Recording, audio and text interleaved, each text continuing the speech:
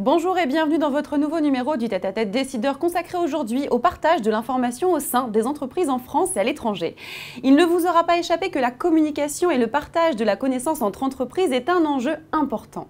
Pour répondre à un tel challenge, GS1 France accompagne les entreprises en leur proposant un langage commun basé sur des standards internationaux et interopérables. Ces standards leur permettent d'identifier, de capturer et de partager de l'information. Dès lors, comment faciliter et sécuriser ces échanges d'informations entre partenaires commerciaux? Sur quel sujet réfléchir ensemble? Pourquoi? Afin de répondre à ces questions et bien d'autres, j'accueille François Deprez, président exécutif de GS1 France, représentant en France de GS1, une organisation mondiale sans but lucratif, présente dans 150 pays à travers 112 entités nationales et regroupant plus de 1,5 million d'entreprises dans le monde, dont 42 000 en France. Bonjour. Bonjour. Merci d'être présent pour nous parler d'un sujet très important, le partage d'informations. Alors pourquoi est-ce crucial ce partage d'informations entre les entreprises en France et à l'étranger? Aujourd'hui, les consommateurs, les acteurs échangent énormément d'informations. Les consommateurs, ce qu'ils achètent quand ils vont sur un site internet ou quand ils utilisent le e-commerce, que ce soit des produits ou des services, ils achètent de l'information finalement avant d'avoir l'objet qui arrive chez eux. Et donc en fait, le partage d'informations, le premier élément finalement, c'est un élément de visibilité. C'est faire en sorte que les acteurs soient capables de mettre à disposition une information que tous les autres qui vont réutiliser derrière puissent avoir de manière rapide, facile.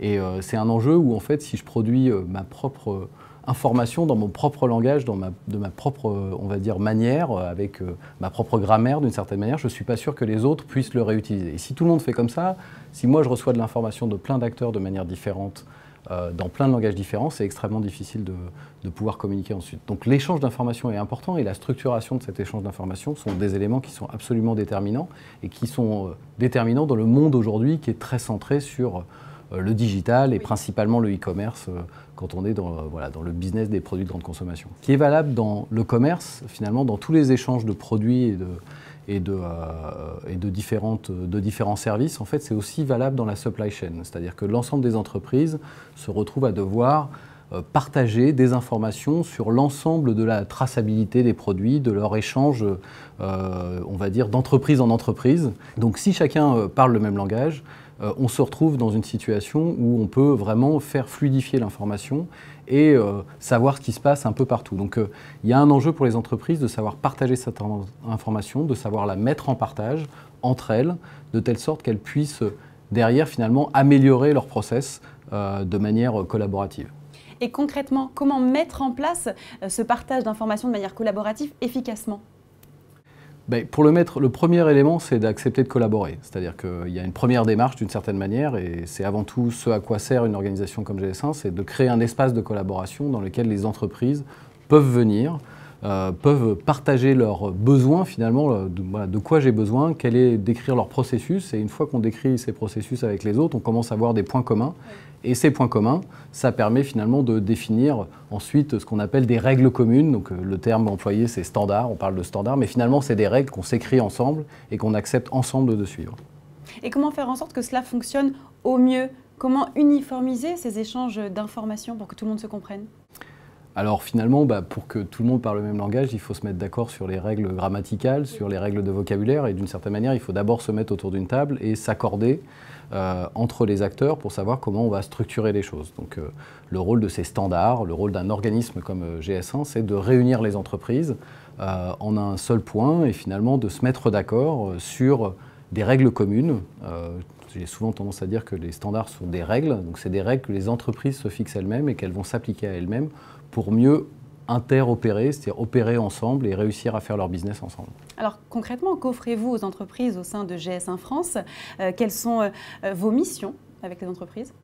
La première mission, je le disais, c'est un espace de collaboration dans lequel les entreprises peuvent avoir le droit d'une certaine manière de s'accorder sur des choses. Il y a des choses sur lesquelles on n'a pas le droit de s'accorder, mais il y a des choses sur lesquelles on a le droit de s'accorder. Et donc l'idée, c'est de créer cet espace de collaboration et ensuite, finalement, d'écrire ces règles avec eux, d'écrire un corpus de règles communes. Et la première des règles, finalement, ce qui a été à l'origine de la création de GS1, c'est des règles communes pour le passage en caisse. Et pour faire ça, il a fallu identifier de manière commune les produits. Donc ce que vous connaissez le mieux de GS1, c'est les codes à barres. Voilà, le code à barres est le premier standard finalement, celui que tout le monde aujourd'hui utilise dans le monde du commerce.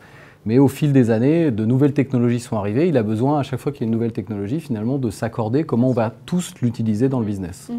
Alors, au sein de GS1 France, vous mettez en avant les idées de co-conception et d'interopérabilité de ces standards. Comment cela peut permettre aux entreprises de répondre aux enjeux actuels de notre économie ? Je vais prendre un exemple très simple. C'est vous voulez vendre un produit partout dans le monde. Voilà. Et bien, ce produit, pour qu'il soit reconnu par vos partenaires commerciaux, avec tout un tas d'intermédiaires entre les deux, il faut qu'il soit identifié de manière unique. Il faut s'assurer que quand il se retrouve dans un magasin et qu'il va passer à la caisse d'un magasin chinois ou d'un magasin thaïlandais, si vous exportez dans ces pays, et bien, il puisse être reconnu de manière unique et fonctionner avec le système d'information de ce magasin à l'autre bout du monde. Voilà, ça c'est l'exemple typique. L'autre exemple, c'est la traçabilité. Voilà. La traçabilité, si vous voulez, vous, en tant que consommatrice, connaître l'origine d'un produit, si cette origine n'est pas définie d'une certaine manière pour vous parvenir, finalement, quand vous allez scanner le produit, parce que c'est l'image d'Épinal qu'on fait avec son smartphone, et ben, il faut que cette information, finalement, l'exploitant agricole puisse vous la fournir, vous, consommateurs, avec tous les intermédiaires qu'il y a entre les deux.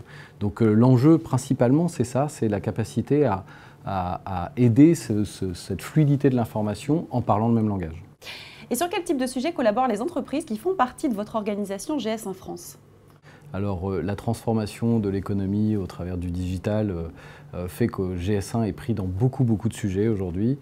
Les thématiques principales sont comment les entreprises peuvent utiliser les nouvelles technologies. Donc ces nouvelles technologies, elles les utilisent pas totalement seules, elles les utilisent avec leurs partenaires commerciaux. Donc il faut que ces secteurs s'approprient ces technologies. Donc ils cherchent d'une certaine manière à, encore une fois, parler le même langage dans l'utilisation de ces nouvelles technologies. Je vais prendre des cas concrets, mais beaucoup d'entreprises aujourd'hui parlent de traçabilité, de capacité à communiquer aux consommateurs l'origine des produits ou des choses comme ça.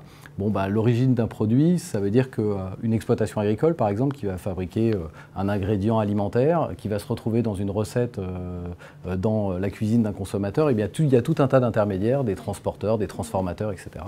Et ben, si ces gens-là, à un moment donné, ne participent pas de transférer cette information de l'amont vers l'aval, et ben, finalement, on perd un peu de sens et de traçabilité. Donc, c'est nécessaire de parler le même langage quand on veut vraiment avoir ses ambitions sur la traçabilité.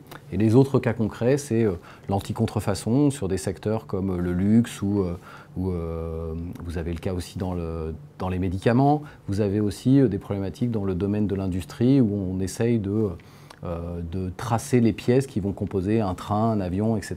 Et donc d'être capable d'avoir des numéros de série uniques, standardisés sur ces pièces pour essayer après d'améliorer la maintenance, de faire ce qu'on appelle de la maintenance prédictive, par exemple. Oui. Donc il y a énormément de cas d'usage et voilà ce qu'on apporte aux entreprises, un lieu, encore une fois, sur lesquels elles peuvent travailler là-dessus. Okay.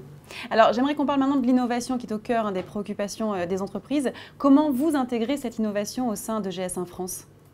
Alors l'innovation pour nous, c'est ce même espace de collaboration qui est tourné vers les futurs usages d'une certaine manière. Et encore une fois, on est beaucoup soumis à ces nouvelles technologies dont on parle beaucoup, dont on ne comprend pas toujours grand-chose. Il faut dire que le monde des entreprises ne comprend pas forcément toujours grand-chose à la blockchain. Je ne pense pas. Après, il faut l'adapter en fonction de son activité et prendre le point qui nous intéresse dans ces technologies. Exactement. Mais c'est surtout que ce qu'on essaie de leur dire, c'est que vous avez des besoins de business. Voilà. Vous avez des cas d'usage, des modes de fonctionnement. Et si vous voulez améliorer ces modes de fonctionnement avec ces nouvelles technologies, qu'est-ce qu'il implique que vous fassiez ensemble ? Oui. C'est-à-dire que c'est quoi ?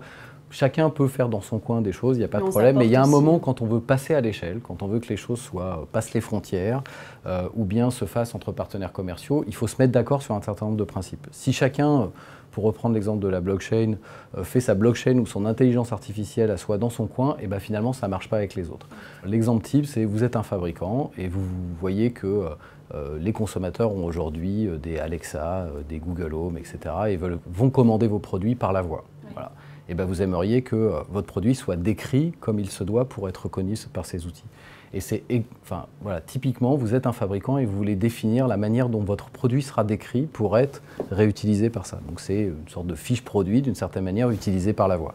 Comme aujourd'hui, vous avez une fiche produit qui va servir à commander votre produit chez votre client. Et ben ça, c'est quelque chose typiquement qu'on fait chez GS1 France. On aide ces entreprises, finalement, dans l'innovation, à faire en sorte que leur business puisse utiliser les innovations technologiques. Et on fait ça au quotidien sur pas mal de thématiques. Et quels sont vos projets ?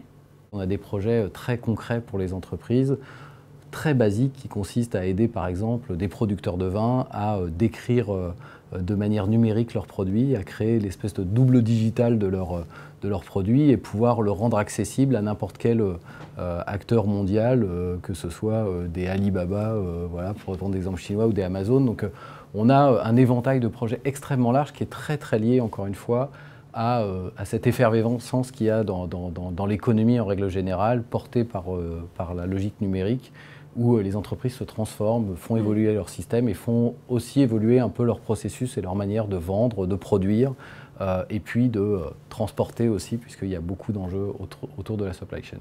Eh bien, merci beaucoup pour votre intervention. Merci. Et merci à vous de nous avoir suivis. Je vous donne rendez-vous très prochainement pour un nouveau numéro du Tête-à-Tête Décideur sur bfmbusiness.com.